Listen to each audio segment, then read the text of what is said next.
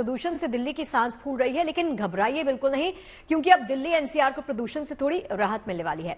और ये good news दी है खुद मौसम विभाग ने। वेदर डिपार्टमेंट ने, मौसम विभाग का ये कहना है कि शुक्रवार से दिल्ली के मौसम में थोड़ा सा बदलाव होगा। हवा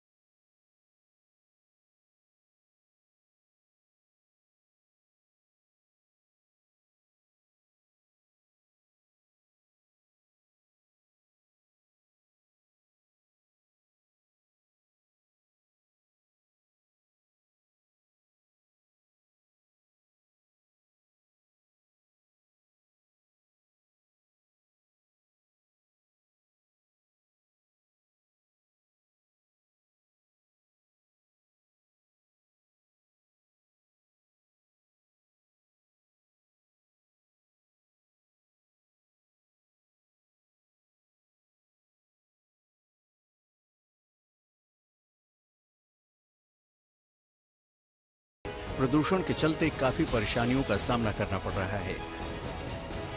दिल्ली एनसीआर में AQI 400 के पार बना हुआ है, जिससे लोगों की सेहत पर असर भी देखने को मिल रहा है। अगर हम पिछले कुछ सालों के ट्रेंड की बात करें तो कई बार देखने में आया है कि आमतौर पर दिल्ली और एनसीआर का AQI 500 के आसपास बना रहता है, जो कि बेहद गंभीर रहता है। अगर हम अभी की बात करें तो हम कर्तव्य पथ पे मौजूद हैं और यहाँ पीछे आप देखिए राष्ट्रपति भवन है, लेकिन चारों तरफ आपको धुंध ही धुंध, धुआं ही धुआं नजर आएगा। ये पूरा पॉल्यूशन है जिसने इस पूरे इलाके को कवर कर रखा है। आमतौर पर पहले कोहरे की जो तस्वीरें होती थी वो अब स्मॉग के रूप में ले लिया है। इस तरीके से पूरी दिल्ली में आप देखिए तमाम जो आपको पेड़ों के बीच में आपको चारों तरफ धुंध ही धुंध नजर आएगी। बुधवार से दिल्ली एनसीआर में ठंड और कोहरे की एंट्री हो गई है और मौसम विभाग ने कहा है कि आने वाले 1-2 दिन तक कोहरे का असर रहेगा। विशेषज्ञों के मुताबिक दिल्ली में पोल्यूशन बढ़ने के लिए भी ये मौसमी बदलाव ही जिम्मेदार है। घने कोहरे, हवा थमने और तापमान गिरने से हवा में मौजूद प्रदूषण के कण एक तरह से जाम हो गए हैं। यही वजह है कि दिल्ली में बुधवार को अचानक AQI 400 के पार चला गया। आज भी कुछ ऐसे ही हालात बने हुए हैं। घने कोहरे ने पूरे इस समय उत्तर भारत को घेर रखा है और जाहिर है प्रदूषण चूंकि पहले से ही ज्यादा था, इस कोहरे के चलते वो भी नीचे सेटल है, तो ऐसे में AQI वायु की जो गुणवत्ता है उस पर भी असर पड़ा है। आपको खराश की समस्या हो सकती है, बाहर वर्कआउट करते हैं तो उस पर भी प्रभाव पड़ सकता है, लेकिन अगर कोहरा बढ़ा तो यातायात व्यवस्था पर भी असर पड़ेगा। रिपोर्ट के मुताबिक दिल्ली में प्रदूषण की सबसे बड़ी वजह गाड़ियों का धुआं है और पराली भी है।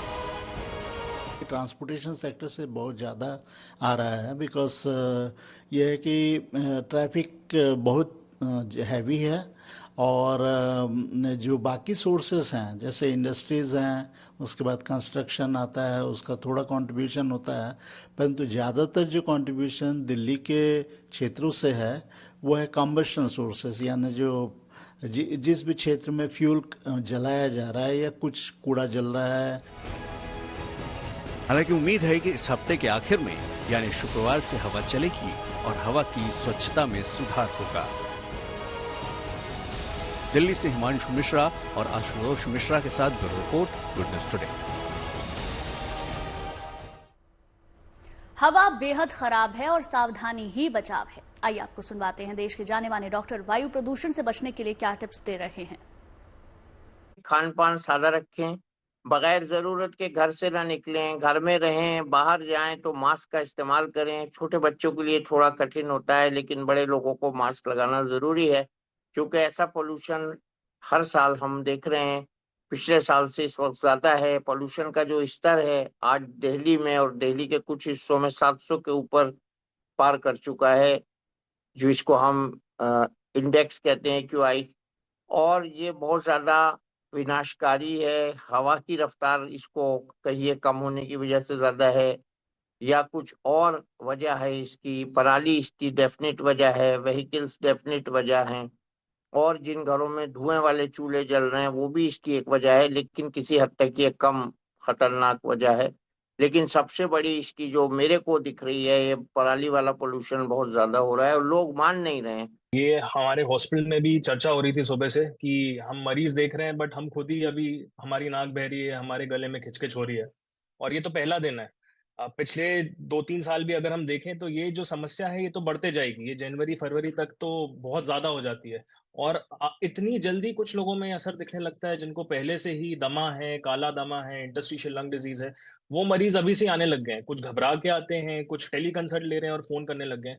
क्योंकि आप अगर घर पे एक एयर प्यूरिफायर यूज कर रहे हैं जिसपे आप अगर देखते रहेंगे कि इंडोर एयर क्वालिटी कैसी है, वो 10-12 के आसपास होती थी एक कमरे में, आज के समय में वो कल रात से लगभग रात के 2-3 बजे से अगर देखें तो वही एयर क्वालिटी घर के अंदर की 100 से 150 पहुंच गई है। जब आप सारी चीजें मेंटेन कर रहे हो, घर का पूरा जो पोल्यूशन कंट्रोल है उसे मेंटेन कर रहे हो, तो आने वाले समय में तो बहुत समस्या होगी। आप घर पे कितने समय तक बंद रहेंगे?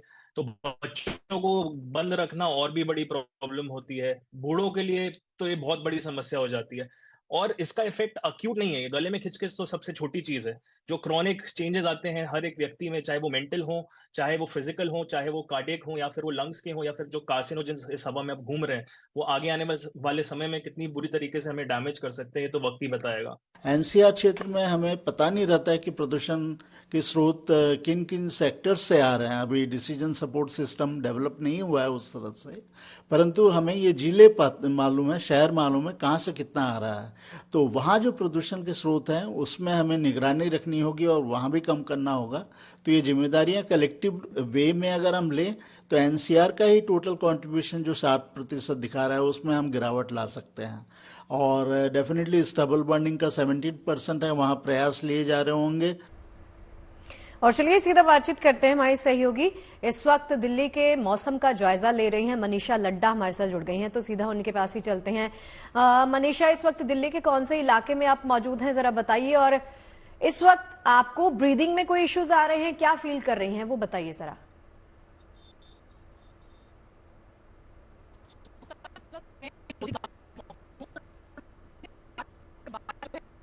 ये जो पोल्यूशन है वो लगातार अभी इसी तरीके से रहने वाला है। अगर आप ये बोलोगे कि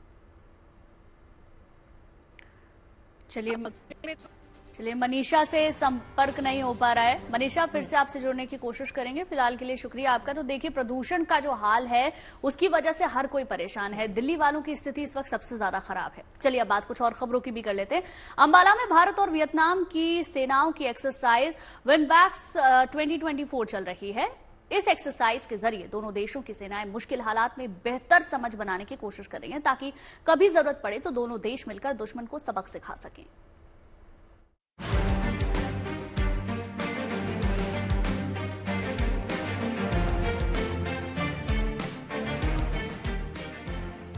वियतनाम के जवानों के साथ हिंद के शूरवीरों का ये गठजोड़ युद्ध के हालात में बेहतरीन तालमेल की बुनियाद बनेगा।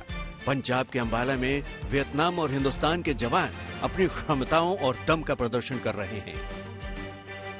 विनबैक्स 24 एक्सरसाइज के तहत अंबाला में भारतीय सेना के इंजीनियरिंग और मेडिकल कोर के जवान वियतनाम के सैनिकों को युद्ध कौशल तो सिखा ही रहे हैं, साथ ही मुश्किल हालात में आपदा से लोगों को निकालने की प्रैक्टिस भी कर रहे हैं।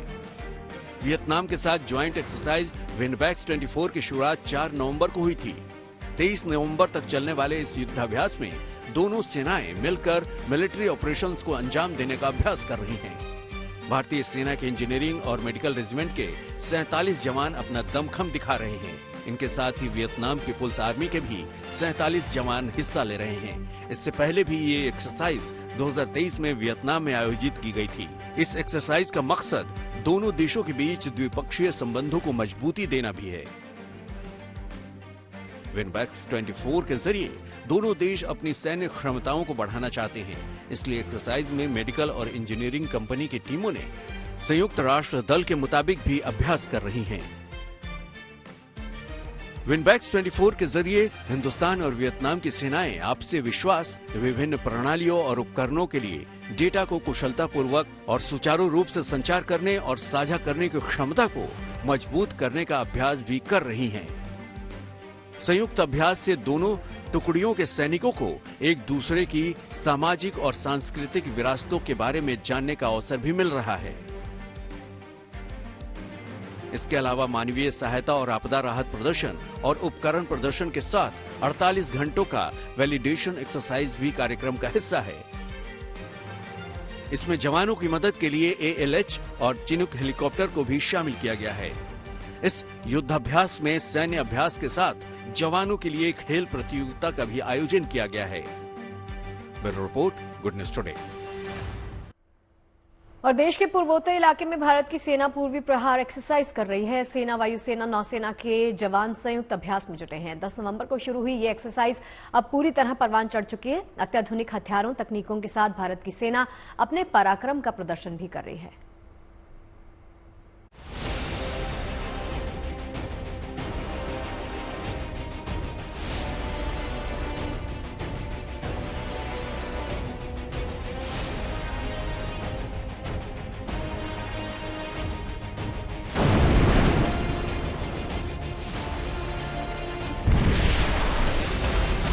हिंदुस्तान की पूर्वी सीमा पर चीनी बॉर्डर से लगते दुर्गम पहाड़ी इलाकों में भारतीय सेना पूरी ताकत से अपने शौर्य और पराक्रम का प्रदर्शन कर रही है। LAC के करीब भारत की तीनों सेनाएं मिलकर पूर्वी प्रहार एक्सरसाइज को अंजाम दे रही हैं। जमीन पर M777 अल्ट्रा लाइट होवित्जर तोपों की दहाड़ से पूरा इलाका थर्रा रहा है, तो Chinook advance light helicopter Rudra के साथ भारत के लड़ाकू विमानों की गर्जना से आसमान गूंज रहा है। तस्वीरों में देख सकते हैं भारतीय सेना किस तरह युद्धाभ्यास को अंजाम दे रही है। भारतीय सेना के एडवांस लाइट हेलीकॉप्टर में सवार होकर सेना और स्पेशल फोर्स के जवान अपने टास्क को पूरा करने निकल पड़ते हैं। भारतीय सेना के ईस्टर्न कमांड ने सिनर्जी एक्सरसाइज का एक ऐसा ही वीडियो जारी किया है। वीडियो में देख सकते हैं कि किस तरह एयरबेस पर एयर डिफेंस गन L-70 को ट्रक के जरिए टो कर लाया जा रहा है। आगे का काम भारत के बाहुबली विमान के जरिए किया जाता है। एयरफोर्स के C-130J सुपर हरक्यूलिस विमान को एयरबेस पर लैंड करते हुए भी देखा जा सकता है। गन को इसी एयरक्राफ्ट में लोड किया जाता है। थोड़ी ही देर में एयरक्राफ्ट ALG पर लैंड करता है। ये गन दुश्मन के एयरक्राफ्ट, ड्रोन या फिर रॉकेट को मार गिराने में सक्षम है। सेना के ईस्टर्न थिएटर में होने वाले इस युद्धाभ्यास में आर्मी और एयरफोर्स के साथ ही नेवी भी अहम रोल अदा कर रही है। सिक्किम और अरुणाचल प्रदेश में चीन से सटी सीमा की निगरानी ईस्टर्न थिएटर के हाथों में है। ट्राई सर्विस एक्सरसाइज को आर्मी लीड कर रही है। इस अभ्यास के लिए पूर्वोत्तर के राज्यों के कई मिलिट्री बेस, सभी एयरबेस और ALG को एक्टिव किया गया है।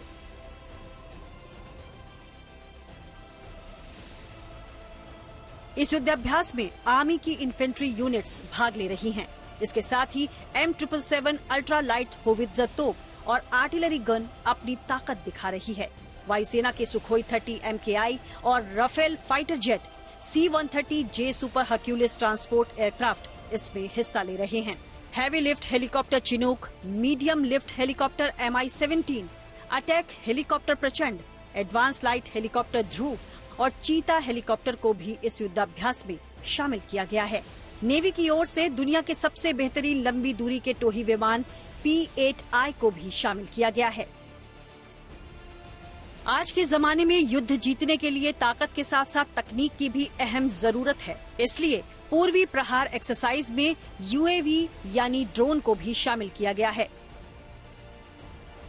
सैनिक swarm drone, first person view यानी FPV ड्रोन और लॉइटरिंग म्यूनिशंस जैसी अत्याधुनिक तकनीकों का इस्तेमाल हो रहा है।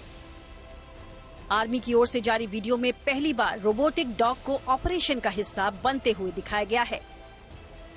तस्वीरों में देख सकते हैं कि भारतीय सेना के para SF commando black hornet nano UAV का इस्तेमाल भी एक्सरसाइज के दौरान कर रहे हैं।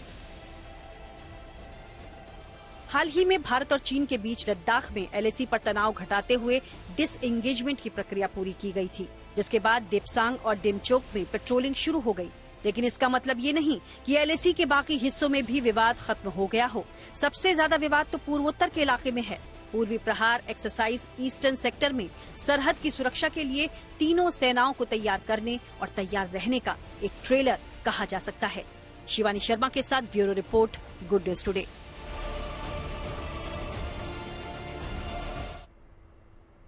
महिला सशक्तिकरण और राष्ट्रीय सुरक्षा में महिलाओं की भागीदारी को बढ़ावा देने के मकसद से गृह मंत्रालय ने केंद्रीय औद्योगिक सुरक्षा बल यानी कि सीआईएसएफ में पहली बार महिला बटालियन बनाने को मंजूरी दी है। केंद्रीय गृह मंत्री अमित शाह ने बुधवार को इस बटालियन के लिए मंजूरी दी। ये फैसला महिला सुरक्षा कर्मियों के लिए एक ऐतिहासिक कदम माना जा रहा है। केंद्र सरकार ने सीआईएसएफ की महिला बटालियन बनाने की मंजूरी दे दी है। इस बटालियन में करीब 1000 से ज्यादा महिला सैनिक शामिल होंगी। फिलहाल देश में सीआईएसएफ की 12 बटालियन है, लेकिन इनमें एक भी महिला बटालियन नहीं है। ये पहली बटालियन होगी जिसमें केवल महिलाएं ही होंगी।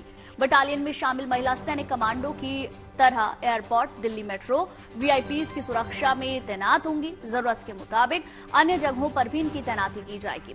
किसी भी इमरजेंसी में ये बटालियन कमांडो की तरह सुरक्षा देंगी। अभी सीआईएसएफ में महिलाओं की संख्या करीब 7% है। वहीं सीआईएसएफ में महिला बटालियन का प्रस्ताव पहली बार सीआईएसएफ दिवस के 53वें समारोह के मौके पर गृह मंत्री के निर्देश के बाद लिया गया था। अब इसे मंजूरी मिलने के बाद जल्द ही इस पर काम शुरू कर दिया जाएगा। ये कदम न केवल सीआईएसएफ बल्कि पूरे सुरक्षा बलों में महिलाओं की भूमिका को मजबूती प्रदान करेगा और उन्हें एक नई दिशा देगा। खबर महाराष्ट्र से आई है। महाराष्ट्र के पालघर से खबर आई है सामने, जहां मछली पकड़ने के लिए समुद्र में गए मछुआरों की नाव हादसे का शिकार हो गई और मछुआरे मुसीबत में फंस गए। मछुआरों को बचाने के लिए कोस्ट गार्ड के जवान तुरंत मौके पर पहुंचे। सभी मछुआरों का हेलीकॉप्टर से रेस्क्यू किया गया। बताया गया कि मछुआरों की नाव में पानी भर गया था, जिससे नाव डूबने लगी थी। फिर नाव में फंसे 5 मछुआरों ने जान बचाने के लिए मदद की गुहार लगाई। इसके बाद देवदूत बनकर पहुंचे कोस्ट गार्ड के जवानों ने सभी को सुरक्षित एयरलिफ्ट कर लिया।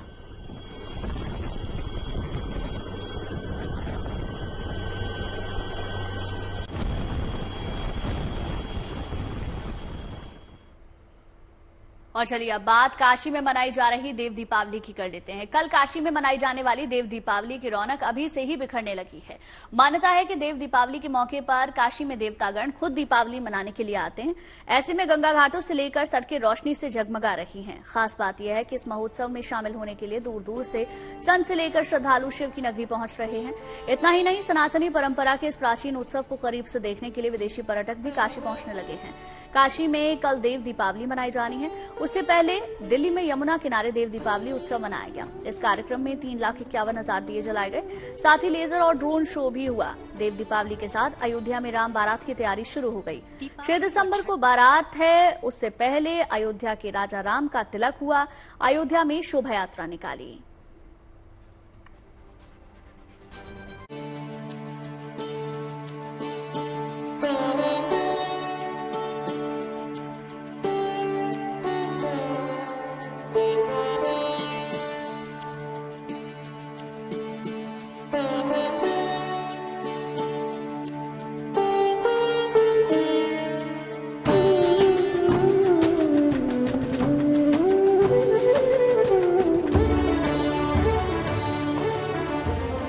दीपावली और छठ के त्योहारों के बाद संस्कृति परंपरा के जो पारंपरिक रंग अब बिखरेंगे, उस पर्व का नाम है देव दीपावली।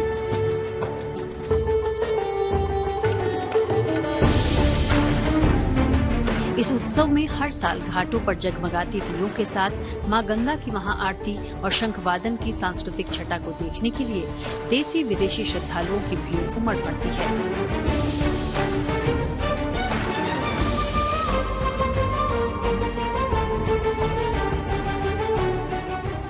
इस बार 15 नवंबर को देव दीपावली का पर्व मनाया जा रहा है। परंपरा के अनुसार जिला प्रशासन और कई समितियां देव दीपावली के आयोजन को लेकर हर साल कुछ नया करती हैं, जिसमें 17 लाख दिए जलाने की तैयारियों से जुड़ी दूसरी व्यवस्थाएं भी इस बार पूरी होने को हैं। ऐसे में घाट और उसके आसपास देश विदेश से आने वाले श्रद्धालुओं की सुख सुविधा का पूरा ख्याल रखा जा रहा है। घाटों पे जगह जगह बैरिकेडिंग की जा रही है, जिससे कि दर्शनार्थी जो हैं वो नदी पे ना जाएं और कोई डूबने की संभावना ना उत्पन्न हो किसी की। सभी नाविकों के साथ बैठक कर ली गई है। इसमें नाविकों को भी बताया गया है कि जो भी पैसेंजर्स इनकी बोट में बैठेंगे उनको सबको लाइफ जैकेट पहनाई जाए और जो भी रेट निर्धारित किया गया है बोटिंग का वो स्पष्ट रूप से दिखाया जाए कि किस रेट पे है, ताकि कोई भी झगड़े की स्थिति ना उत्पन्न हो। सभी घाटों पे मचान बनाए जा रहे हैं जिस पे पुलिस तैनात रहेगी और जो भी भीड़ है उसकी गतिविधि पे निगरानी रखी जाएगी और सीसीटीवी कैमरा जो है इंस्टॉल किए जा रहे हैं सभी घाटों पे, जिससे कि जितनी भी संदिग्ध गतिविधियां हैं उनको नजर में रखा जा सके और तत्काल पुलिस मौके पे पहुंच सके। वहीं इस महा उत्सव के दौरान सुरक्षा व्यवस्था पर भी प्रशासन का पूरा फोकस है। इसलिए एनडीआरएफ, पीएसी और बाढ़ राहत दल की तैनाती के साथ शहर को नो फ्लाइंग जोन में डाला गया है। इसमें एनडीआरएफ, पीएसी, फ्लड कंपनीज और बाढ़ राहत दल कई इसमें आए हैं। पुलिस फोर्स पर्याप्त यहाँ पे मिला है और यहाँ पे भव्य आयोजन कराया जाएगा। क्योंकि वीवीआईपी मूवमेंट रहेगा और लाखों की भीड़ रहेगी तो उसमें सिक्योरिटी के दृष्टिगत नो फ्लाइंग जोन का निर्णय लिया गया है। यकीनन बनारस के साथ ही देश में इन दिनों उत्सवी बहार है। हर ओर खुशियों का उल्लास चरम पर है और इस दौरान व्यवस्था और सहूलियत देने की जिम्मेदारी प्रशासनिक मशीनरी पर है। भले ही दीयों की संस्कृति का ऐसा उत्सव पूरे देश में इन दिनों नजर आ रहा है, घाट घाट खुशियों के दिए जलाए जा रहे हैं, लेकिन काशी में देवताओं वाली ये विशेष दिवाली अपनी प्राचीन परंपरा की खुशबू से देश दुनिया को महकाने में सफल हो, इसको सुनिश्चित करने के लिए यहाँ की प्रशासनिक मशीनरी कोई कोर कसर छोड़ना नहीं जा रही।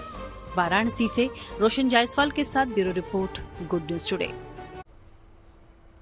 चलिए अब आपको दिल्ली में मनाए गए दीपोत्सव की भव्य तस्वीरें दिखाते हैं। राजधानी में ये दीपोत्सव कश्मीरी गेट के पास यमुना के वासुदेव घाट पर आयोजित किया गया। इस दीपोत्सव में करीब 3.5 लाख दियों से यमुना घाट को रोशन कर दिया गया।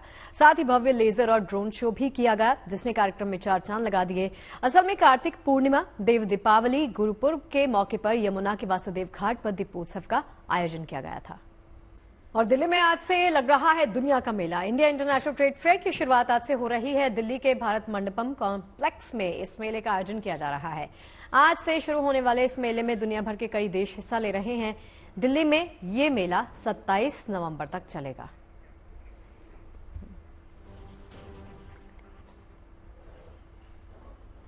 और चलिए इस मेले में हम क्या कुछ खरीदारी करने के लिए जा सकते हैं, क्या कुछ खास है, चलिए चलते हैं। जानकारी के लिए मनीष चौरसिया हमारे सहयोगी जुड़ गए हैं। मनीष, बताइए क्या कुछ खास होने वाला है इस मेले में, ट्रेड फेयर में?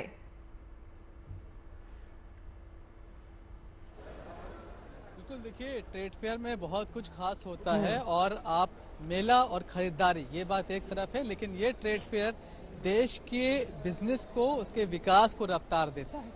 देश का सबसे बड़ा ट्रेड फेयर होता है हर साल और इस ट्रेड फेयर की खास बात यही होती है कि अपने देश के सभी जिलों से, सभी राज्यों के जो एग्जीबिटर्स हैं, जो लोग छोटा छोटा बिजनेस भी करते हैं, उन्हें एक मौका मिलता है ग्लोबल प्लेटफॉर्म का। ग्लोबल क्यों? क्योंकि जैसे कि आपने बताया कि यहाँ पर इस बार 11 से ज्यादा दूसरे देशों के जो प्रतिनिधि है वो यहाँ पहुँचते हैं। 14 से 19 तक B2B का मामला है, मतलब जो लोग बिजनेस करते हैं सिर्फ उनकी ही एंट्री है। तो यहाँ पर आपको हर राज्य के जो छोटे छोटे कारीगर हैं वो दिखाई पड़ जाएंगे, जो बड़े बिजनेसमैन हैं वो दिखाई पड़ जाएंगे। उनको उम्मीद होती है कोई बाहर से कोई खरीदार आएगा, उनके सामान को यहाँ पर आकर सीधे देख सकता है और सीधे ऑर्डर प्लेस कर सकता है। तो कहीं ना कहीं जो एक बिजनेस की जो गति है उसको इस ट्रेड फेयर से काफी ज्यादा मिलती है। इस बार भी आप देखिए तैयारी लगभग पूरी हो चुकी है। हम इस वक्त मौजूद हैं खनन मंत्रालय के पवेलियन में। यहाँ पर छोटे छोटे उद्यमी के साथ साथ जितनी मिनिस्ट्रीज है गवर्नमेंट की, वो भी अपना पवेलियन लेकर पहुँचती हैं और इस पवेलियन में आपको कई खास चीज़ें दिखाई पड़ेंगी। यहाँ पर कई सारे ऐसे स्टोन्स रखे गए हैं जो कि खनन के दौरान मिलते हैं।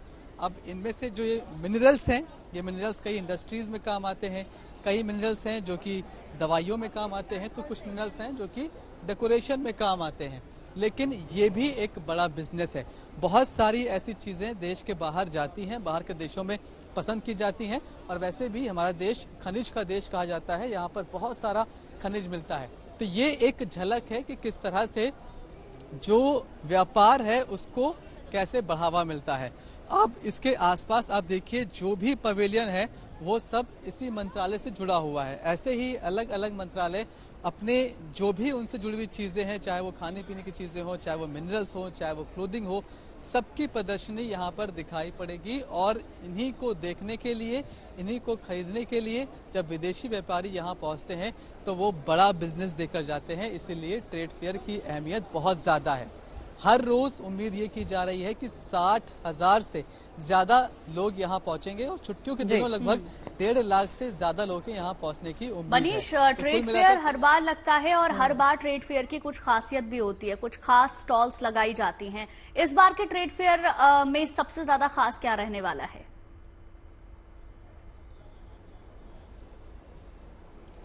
देखिए, बिल्कुल बहुत सारी चीज़ें खास होती हैं और सबसे खास चीज़ जो मैंने आपको दिखाई कि जो यहाँ पर हम मौजूद हैं खनन मंत्रालय के पवेलियन में, और ये जो पत्थर हैं ये हमने इस बार पहली बार देखा है। और ना सिर्फ ये दिखाई पड़ रहा है बल्कि यहाँ पर एक स्क्रीन पर वीडियो भी चल रहा है कि किस तरह से माइनिंग होती है, किस तरह से इन कीमती खनिज को, कीमती पत्थरों को निकाला जाता है, उन्हें प्राप्त किया जाता है। तो ये सारे विजुअल्स भी आपको यहाँ पर एक स्क्रीन पर दिखाई पड़ेंगे। क्यों? ताकि जब आम आदमी आए वो देखे तो वो समझ सके कि ये मिनरल्स कितने ज़्यादा अहम है और क्यों आखिर इनकी मार्केट वैल्यू इतनी ज़्यादा होती है। इसके बाद वो ये भी सोच सकता है कि आखिर कैसे वो इसके व्यापार में जुड़ सकता है। तो इस तरह से तमाम सारी चीज़ें हैं। मैं आपको बाहर की तरफ भी लेकर चल रहा हूँ। अभी आप देखिए कि जितने भी सरकारी पवेलियन हैं वो तो बनकर तैयार हो गए हैं। जो छोटी छोटी कंपनीज आई हैं, स्टार्टअप आए हैं, वो धीरे धीरे यहाँ पर अपनी तैयारी कर रहे हैं। अब देखिए यहाँ पर एग्रीकल्चर से जुड़ा ड्रोन हमें दिखाई पड़ रहा है। आगे हम जाएंगे तो सबसे जो खास चीज़ है वो है इंडियन रेलवे का पवेलियन। वो पिछली बार भी था और इंडियन रेलवे में भी भारत के विकास की सबसे बड़ी झलक दिखाई पड़ती है, क्योंकि यहाँ पर मनीष कोई टिकट भी रखी गई है लोगों के यहाँ पे पहुँचने के लिए, जो ट्रेनें आने वाली हैं। टिकट प्राइसिंग के बारे में अगर आप बता सकें। बिल्कुल टिकट यहाँ पर रखी जाती है और हर बार टिकट के लिए आपको पेमेंट करना होता है। दिल्ली मेट्रो के 55 ऐसे स्टेशन हैं जहां से आपको ये टिकट आराम से मिल सकता है। दिल्ली मेट्रो के ऐप से मिल सकता है और साथ ही साथ कई दूसरे सेंटर्स हैं जहां से आपको टिकट मिल सकता है, लेकिन आम जनता की एंट्री 19 तारीख के बाद ही होगी।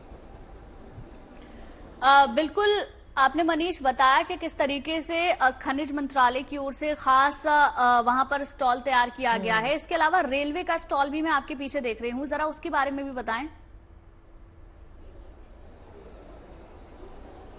बिल्कुल, देखिए ये रेलवे का पवेलियन है और पिछली बार भी हम यहाँ पर आए थे।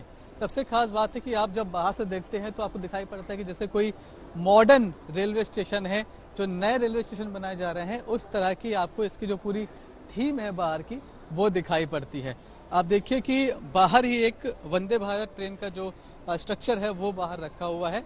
तो इस तरह से आपकी एक शानदार एंट्री यहाँ से होती है और जब आप अंदर पहुंचते हैं तो अंदर भी आपको अलग अलग चीज़ें दिखाई पड़ती हैं।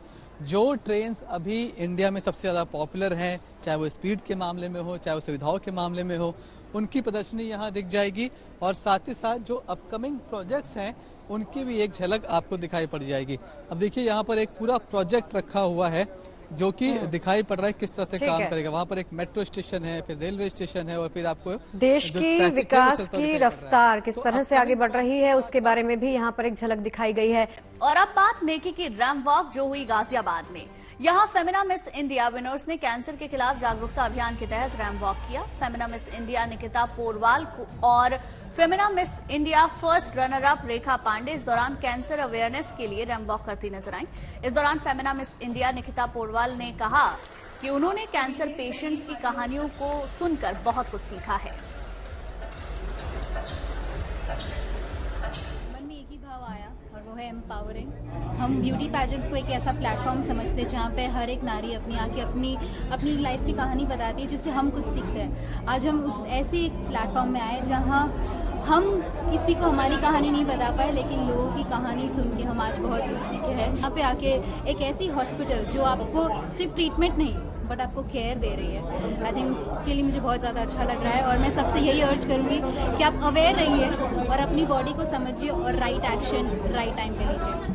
मैं बस ये कहना चाहूँगी कोई भी बीमारी आपको पकड़ती है तो सबसे पहले आपका शरीर बाद में इन्वॉल्व होता है, आपका माइंड पहले इन्वॉल्व हो जाता है। तो यदि आप आपके माइंड पे पूरा नियंत्रण रखेंगे, आप मानसिक रूप से स्ट्रांग रहेंगे, तो कोई भी बीमारी हो, चाहे कैंसर हो, चाहे कोरोना हो, चाहे आने वाली कोई भी बीमारी हो, आप उससे लड़ पाएंगे। आज बड़ा एम्पावरिंग लगा। उनकी सबकी जर्नीज हमने बैक स्टेज सुनी कि कैसे उन्होंने कैंसर को फाइट किया है और कैसे वो आज यहाँ खड़े हैं।